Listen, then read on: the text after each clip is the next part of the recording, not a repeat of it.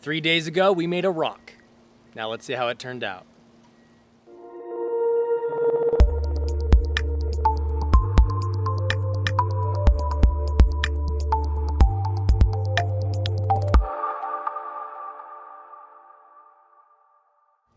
Now in part 1 of Do-It-Yourself Live Rock, we went over the ingredients of making your mixture and getting the rock composed within sand and getting it to, making a rock. Today, we're going to remove the sand. Hopefully it's set and doesn't just crumble and fall apart on us, and see if we have a piece. Now it was a very large piece, so I am kind of worried that it's just going to be so delicate, but let's find out. First thing we got to do, of course, is remove this top that we put here. And we did put this bag down. All this was for keeping the humidity in with the sand and on that rock. I did have to wet it down like a day later. It kind of dried out. So make sure you're doing that. Now, when removing the sand, you do need to go kind of slow. Don't be aggressive in case if you have any edges or pieces of rock that's still curing or still hardening.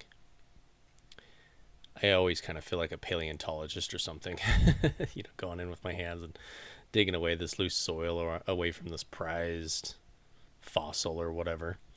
But here I found an edge. I'm just kind of pulling on it gently just to see if it's going to hold together, and it seems like it's going to. If it crumbles or breaks off, that probably is a good indication that you need to wait a couple more days. But it seems like everything's doing pretty well here. Now, this was a pretty good sized base rock that we made. And the mixture that I made in the last episode was a little bit more wet than I probably normally would go. The more wet you go, the more dense the rock will be. So this will be a little bit more dense. Even so, with all of that salt that we put in there, it'll be plenty porous. Very usable in any reef. Now, you don't want to just pull this rock out immediately, even when you get the top uncovered. It's going to kind of suction to the bottom of the container, so you got to be gentle when you're getting ready to remove this from the container. I usually just continuously pull as much sand out away from the top, the sides, and underneath the rock that I am capable of doing before even attempting of moving it. Now, if you do end up having little crumbled pieces and chunks maybe that come off the rock, don't throw it away. That's still usable rock. Even if it's not usable rock in the display, it's rubble. You can always use that for fragging later, gluing zoas or coral onto it. The salt's not going to be dissolved yet, so that's not going to happen until we do our freshwater cure. And so we're going to have all this rock salt in there, so it's going to be kind of heavy. It's going to be dense. So we're going to need to pull this out. We're going to spray it off, see what it looks like, make sure we like the way it came out. And then we're going to get that freshwater soak prepared to help cure it and get it reef ready. So go ahead and move this heavy mother. Okay, so here's first look at it out of the container. Just kind of rinse all the sand off. Now, a lot of the sand that was in the mold is going to be kind of clinging to the rock.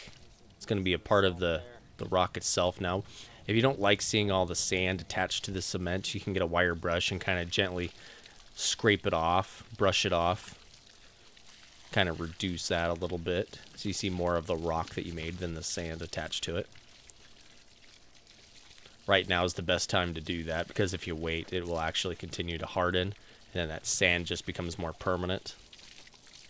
Kind of a cool little cave type thing we have going on there. And you can, if you look closely, you'll see little white spots all over this thing. That's all that salt.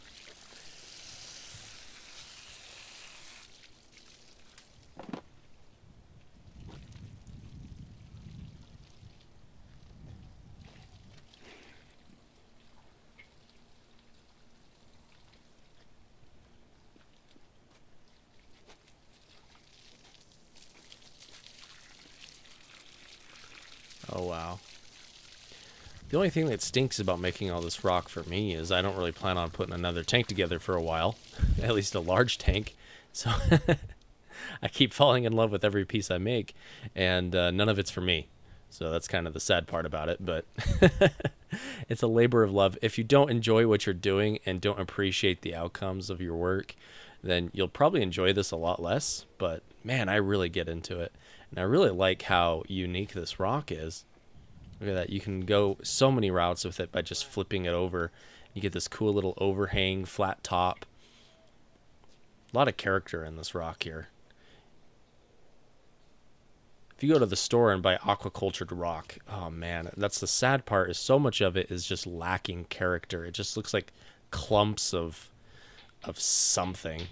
And I mean, you can just have so much fun with this. And a great part of it too is at the end of it all, you can tell people you made the rock.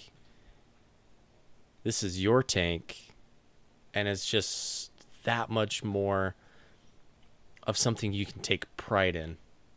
Yeah, you can sit, here's it up on its side. So if you need a taller piece, I mean, there's just, you can do some really cool stuff. This is kind of sweet too. Look at those like little peaks you can get out of it. I'm already getting ideas of what corals I would be placing on this thing. But more than likely, because of its size and usually because of the way your tank is going to be shaped, you're probably going to set it down more something like this. Now, to get a kind of a nice little purple color on the rock, you can get your PVC purple primer. It's usually like $5 for a container of this stuff at like Home Depot or Lowe's. Now, you can't put this on a rock and then put it right into water. It washes right off. It will have to dry. I'm simply just going to show you how this works with the little bit that I have remaining so that you can kind of get an idea of what it's going to look like if you decide to do this. You would have to let the rock dry out a little bit before you put it in fresh water. You can also do this after it's cured, which is probably what I would recommend, but you would have to make sure that the rock is 100% dry before moving forward. This stuff is very watery. It's not a paste at all, and it will soak right into the rock. So if there's any moisture inside of the rock, it's not going to dry inside the rock, and if you put it in a fish tank, it's going to leach right out into the water, and it will kill your fish. It will kill your coral. It will kill everything in your tank. It might even potentially kill your biofilter. So make sure it's completely dry before you use this stuff and put it in your tank. Now, you can kind of see the purple there. I barely had any of it left. Usually the way I do this is I put in a layer, and then I come back, do a second layer, wait 5 minutes, come back and do a third layer, and then you get a really nice purple color. So after looking at it, I'm just going to go grab a container, and you can use any kind of container. A lot of people will use brute containers, old fish tanks. I have a garbage container here, and I'm just going to fill that up with water, hose water, and then we're just going to dunk this guy right in there. Now, curing the rock, I'll explain a little bit what that is about. The limestone that is used in the creation of the cement, or the lime itself, is going to release a lot of acid, a lot of different components when submerged for extended periods of time. And all of those things will actually get released into your reef tank if you don't cure the rock. So to make this rock safe, you have to let it soak. And that soaking is going to probably be anywhere from a couple weeks to 2 months. And the way that you're going to know if your cure is done is by testing the water's pH. And then I would go test your tap water or whatever water it is you're using and see what the pH is normally. Now, when your pH that you're holding this rock in returns to the normal levels, that is when you know your rock is cure and ready to go in a reef tank. Now, as it's curing, I like to replace the water every 2 or 3 days. Just throw a hose in there and turn it on and let it kind of pump out some of the old water. This will help pull these components out of the rock faster the cleaner the rock is. So keep doing that every couple days until you see that pH return to normal. Now, you've heard me call this live rock that we're making. Making the rock and then letting it cure in fresh water is not going to make it live at all. There is a final step to this, but you actually do have to let this sit in salt water with perhaps a piece of live rock that you've already purchased or have or borrowed to introduce the correct strains of bacteria that are going to live on this rock and multiply, turning this into a piece of live rock for your reef. You can just put this in your reef tank right after cure, and you'll be fine.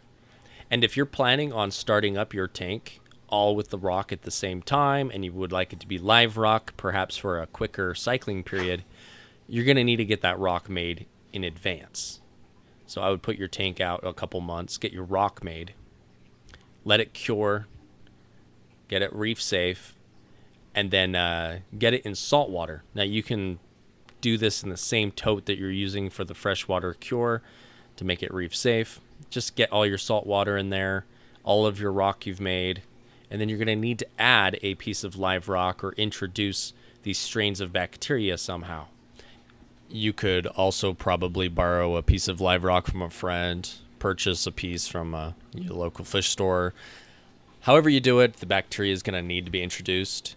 Make sure that you have an aeration source like a filter or a bubbler so that you have oxygen and gas exchange occurring in the water that your rock is sitting in. A heater might be a good idea if you're in a cold part of the year, such as winter or fall. Usually just a couple weeks is all it takes to turn it into live rock. Make sure you also get an ammonia source in there so that your bacteria has a reason to propagate and multiply, spreading to that rock that you created. A cube of fish food usually works just fine. Once you've done all these things, your rock is now ready to get started as a reef. Please don't forget to like, comment, and subscribe. Hit the bell to always get notifications of our videos. And happy reefing from Aquatic Oasis.